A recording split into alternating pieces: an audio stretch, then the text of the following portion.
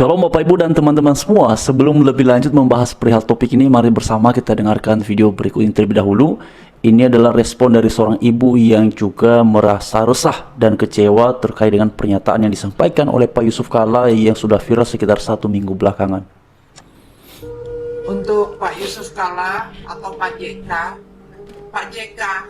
kami orang Kristen diajarkan oleh Tuhan Yesus kami untuk saling mengasihi. Bukan seperti yang Bapak Yusuf Kalla katakan boleh membunuh. Pak, saya mau bertanya Pak sama Bapak. Apa salah kami Pak? Apa salah kami kepada Bapak sampai Bapak begitu bencinya kepada umat Kristen? Karena kami diajarkan untuk tidak pernah membunuh. Tetapi kami orang Kristen diajarkan untuk kasih Pak. Kami menonton di bangsa ini Pak. Gereja kami dibakar, gereja kami bahkan sampai beribadah pun kami dibubarkan. Salah kami orang Kristen apa Pak? Ingat Pak JK, manusia boleh berencana, tetapi kehendak Tuhanlah yang jadi. Jadi teman-teman dan Bapak Ibu sekalian, seperti yang sudah kita dengarkan bersama-sama, ini disampaikan oleh seorang yang beragama Kristen, namanya adalah Nancy, seperti yang ada di sini. Di sini dalam sebuah narasi disampaikan bahwa di postingan ini, Pak Yusuf Kalla, salah kami umat Kristen apa Pak? Sampai begitu tega Bapak memfitnah ajaran kami mengajarkan membunuh. Begitu bencinya Pak JK pada kami umat Kristen dengan 2 tanda tanya. Teman-teman dan Bapak Ibu sekalian, ini sudah disukai 51.800 pengguna media sosial. Ini kemudian juga bahkan dikomentari oleh Bang Permadi Arya seperti yang ada di sini teman-teman Bapak Ibu sekalian. Dan kemudian masih banyak lagi. Bahkan di sini ada yang menyampaikan perihal kesaksiannya. Pak Yusuf Kalla, saya seorang yang murtad dari Islam sejak tahun 1994 dan saya merasa bahagia dan damai menjadi seorang Kristen.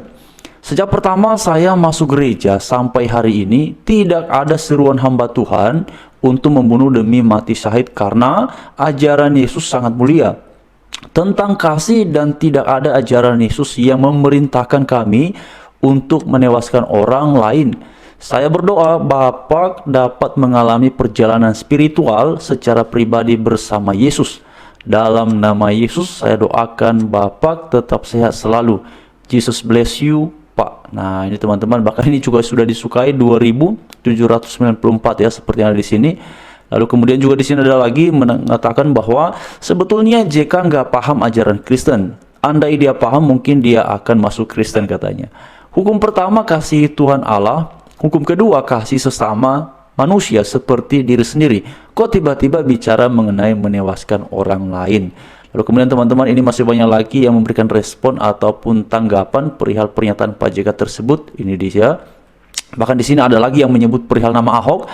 Ahok pernah dipenjara dituduh menghina umat muslim, padahal video yang tersebar itu sebenarnya hasil editan. Video yang sebenarnya adalah beliau tidak ada menghina sama sekali. Tapi Bapak ini gimana ceritanya? Lalu kemudian dibensilah di sini ke Pak Prabowo, ke Pak Gibran, ke siapa lagi, ke Pak Jokowi. Apa kalian hanya sebagai penonton aja? Buktikan Pak, kalau Indonesia itu memang negara hukum yang adil bagi seluruh rakyat Indonesia. Ini disukai 414 ya teman-teman dan Bapak Ibu sekalian. Jadi seperti yang sudah kita dengarkan, memang pada akhirnya bermunculan statement dan pernyataan perihal mengapa Pak JK mengatakan hal demikian, karena sesungguhnya hal seperti itu tidak ada dalam iman kami orang Kristen. Tetapi teman-teman dan Bapak Ibu sekalian, sekitar 2 atau 3 hari belakangan ini muncul dinamika yang berbeda, karena kan sudah ada 16, ada yang bilang 16, 17, 19 laporan yang kemudian masuk terkait dengan pernyataan Pak JK ini.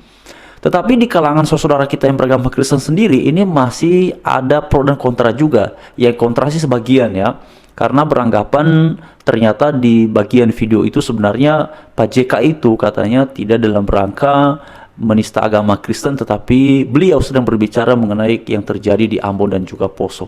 Nah teman-teman semua, saya secara pribadi juga sudah mendengar sekian menit apa yang disampaikan oleh Pak JK itu, karena durasi aslinya itu sebenarnya sekitar 40-an menit ya. Tapi ada beberapa poin yang mesti kita perhatikan bersama-sama. Saya secara pribadi ada diksi yang harus kita lihat secara teliti yang dipakai, yang digunakan oleh Pak JK, ya, diksi ataupun pemilihan kata yang beliau gunakan dalam ceramah tersebut. Beliau itu bicara mengenai Kristen. Beliau tidak bicara orang Kristen. Jadi Kristen berpendapat lalu seterusnya. Jadi memang pada akhirnya ini bisa diasumsikan ataupun ditafsirkan bahwa beliau bicara tentang ajaran, ya, karena beliau tidak bicara mengenai orang Kristen. Lalu kemudian berikutnya beliau berbicara mengenai peristiwa-peristiwa yang terjadi dalam negeri, yaitu apa yang terjadi di Poso dan kemudian juga apa yang terjadi di Ambon, ya. Nah, ini yang kemudian saya lihat secara pribadi ketika beliau bicara mengenai di Kristen, ya, beranggapan lalu seterusnya, lalu kemudian beliau bicara berikutnya tentang kasus-kasus yang pernah terjadi di tanah air ini. Saya memahami bahwa pernyataan itu, kasus-kasus yang diangkat itu seperti Poso dan Ambon, itu adalah bagian dari elaborasi pernyataan sebelumnya. Karena kalau tadinya beliau bicara mengenai bahwa orang-orang Kristen ada yang beranggapan, nah ini kan berarti kasuistikan, dia kan kasus, ya, berarti tidak dalam konteks mengeneralisasikan.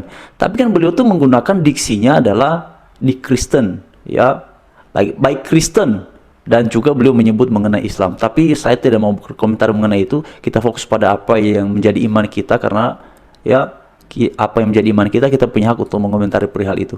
Karena itulah pada akhirnya kalau ada narasi yang berkembang bahwa oh sebenarnya Pak JK tidak dalam rangka seperti itu kok bicaranya. Coba teman-teman mendengarkan sekali lagi mengenai pernyataan dari Pak JK itu, pemilihan diksinya. Mari kita amati sama-sama itu. Beliau bicaranya ya perihal Kristen, di Kristen, ya, Kristen beranggapan. Jadi bukan orang Kristen.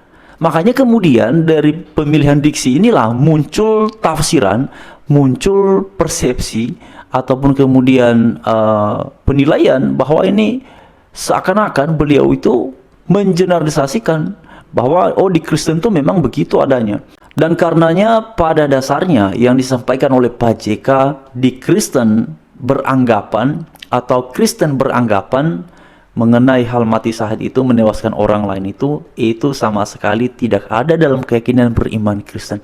Karena Bapak Ibu sekalian, ya, saya sudah sampaikan bahwa di Kristen itu perbuatan baik pun tidak bisa memberikan kita akses untuk bisa masuk surga.